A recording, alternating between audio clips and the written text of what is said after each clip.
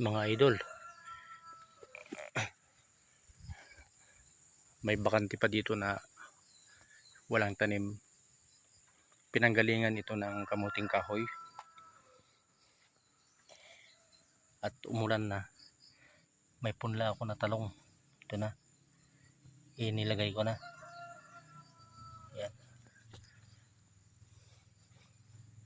yan mga idol.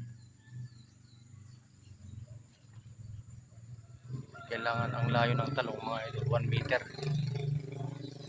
para paglaki nila hindi sila magkadikit-dikit.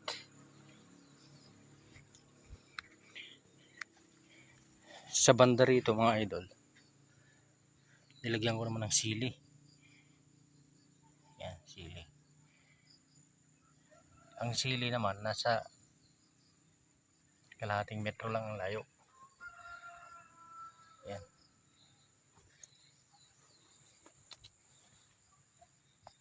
Yan mga idol, hanggang taas to. May tanim na hanggang taas. Yan. Yan o. Sunod na yan.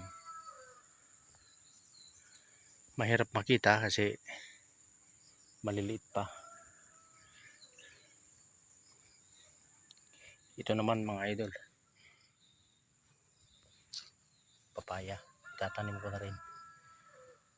Habang maliliit pa sila, tanim na para maagang makabuelo.